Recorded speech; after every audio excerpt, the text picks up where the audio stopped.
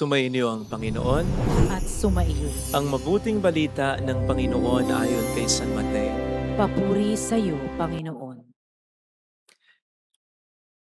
Si Judas Iscariote, isa sa 12, ay nakipagkita sa mga punong saserdote. Ano po ang ibibigay niyo sa akin kung tulungan ko kayong madakip sa Jesus? Tanong niya. Noon din ay binilangan nila siya ng 30 salaping pilak.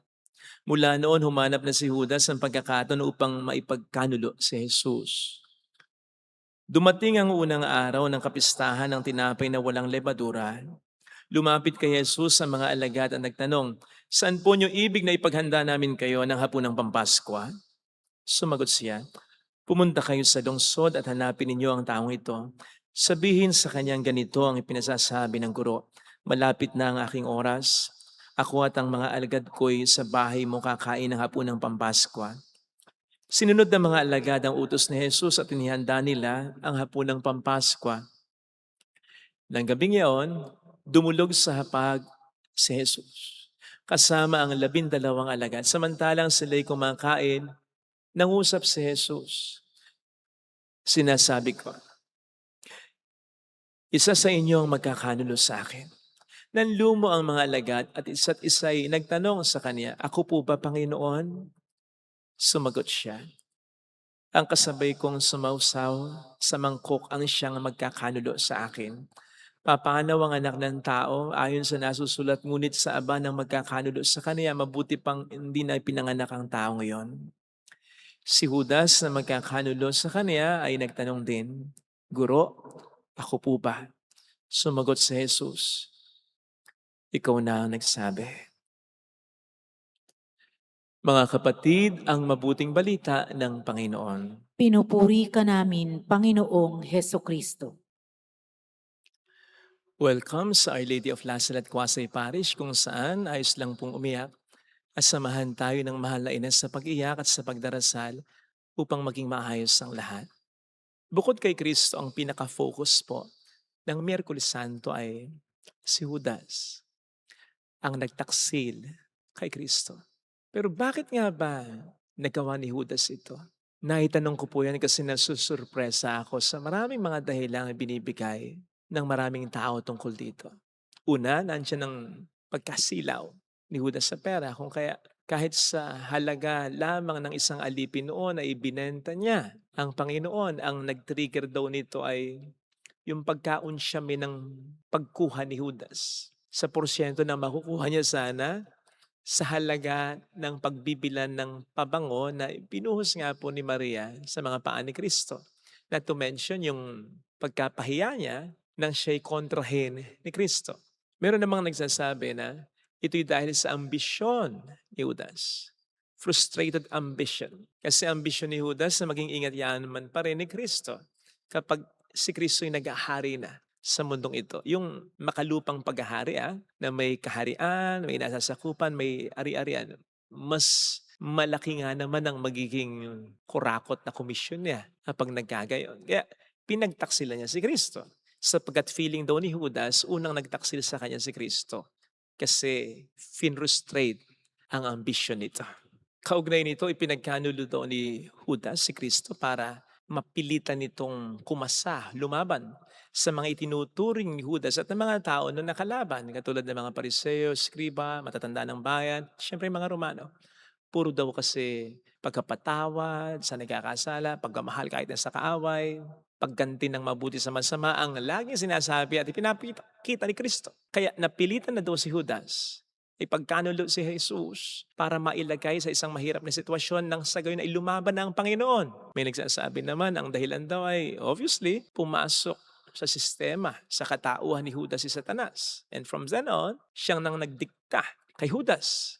At marami pang ibang mga dahilan, come to think of it, ilan pa mang mga dahilan yan, gaano pa man ka-convincing na mga kadahilanan yan. Meron nga bang dahilan na sasapat upang ang Diyos o ang sino mang taong sa atin ay tunay na nagmamahal ay ating pagtaksilan? Meron ba? Wala. Walang sapat na dahilan.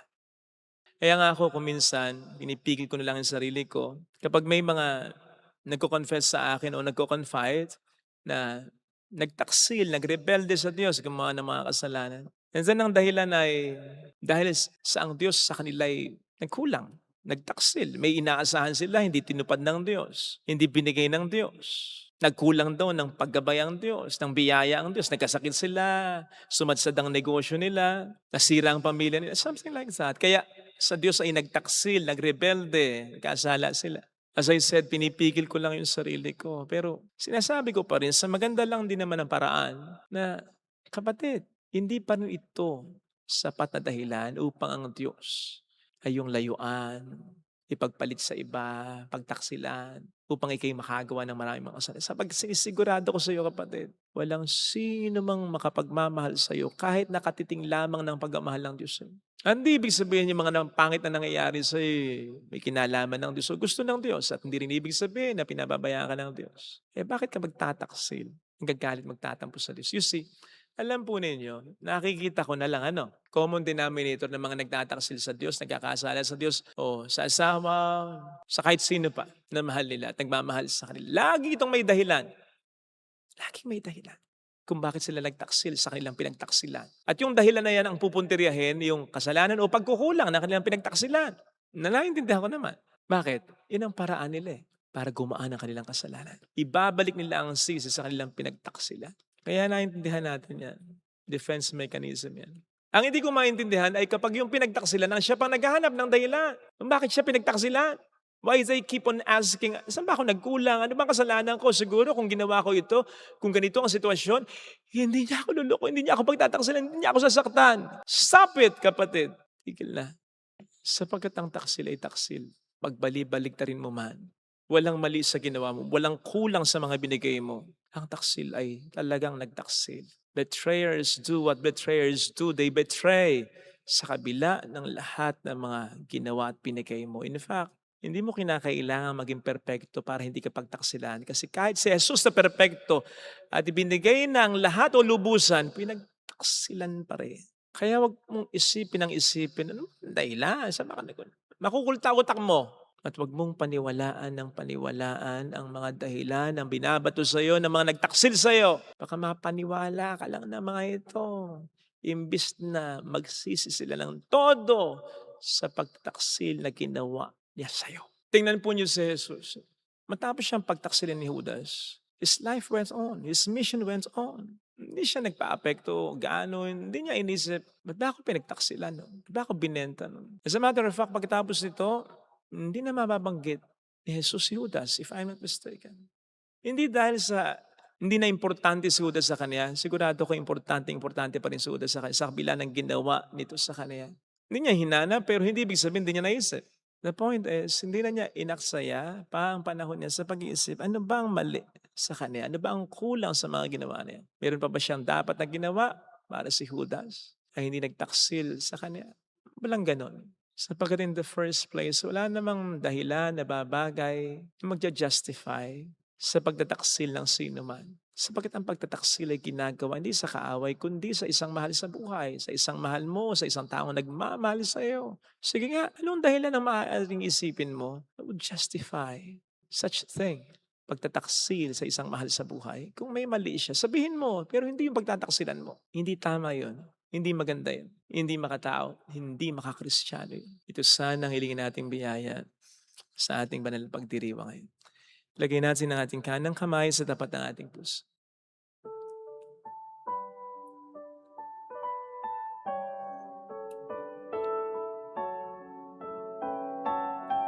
Awitin natin.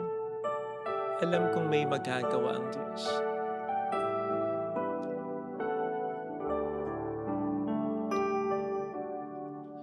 Alam kong may magagawa ang Diyos. Alam kong may magagawa ang Diyos. Alam kong may magagawa Walang imposible sa Kanya. ang Diyos. Kung ako'y magtatapat, Kung ako'y magtatapat sa Kanya'y maglilingkod. sa Kanya'y maglilingkod. Alam kong may magagawa ang Diyos. Alam kong may magagawa ang Diyos. Alam kong di rin kinang Diyos ang samo ko.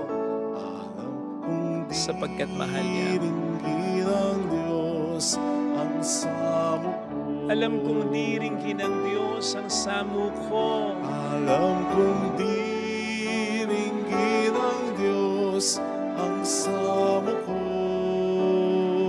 Kung ako'y magtatapat, Kung ako'y magtatapat sa Kanya'y maglilingkod. sa Kanya'y maglilingkod. Alam kong diringgin ng Diyos ang samo ko. Kung diringgin ng Diyos Umikit tayo. ang samo Panginoon, ko. pinagdarasal namin ang mga pinagtaksilan ng kanilang mga minamahal sa buhay.